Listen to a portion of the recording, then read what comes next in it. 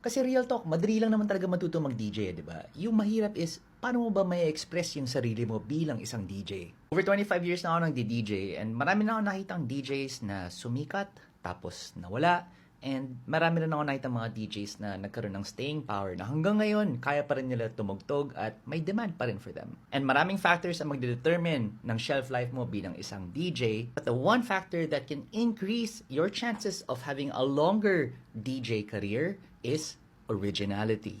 Ibig sabihin, kakaiba ka ba? Mahirap bang gayahin yung style mo, whether that's your style of mixing or your style of performing?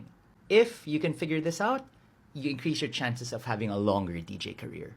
Kung may original style of performing ka, mahirap siyang gayahin or walang ibang nagbabalak na gayahin ka, that makes you stand out, and also it's easier for people to remember you, to recognize you, and pati yung mga event organizers, mas magiging top of mind ka pagdating sa mga bookings.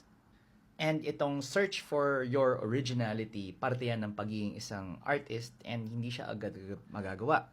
It would take months, years, sometimes even decades. Isa siyang journey.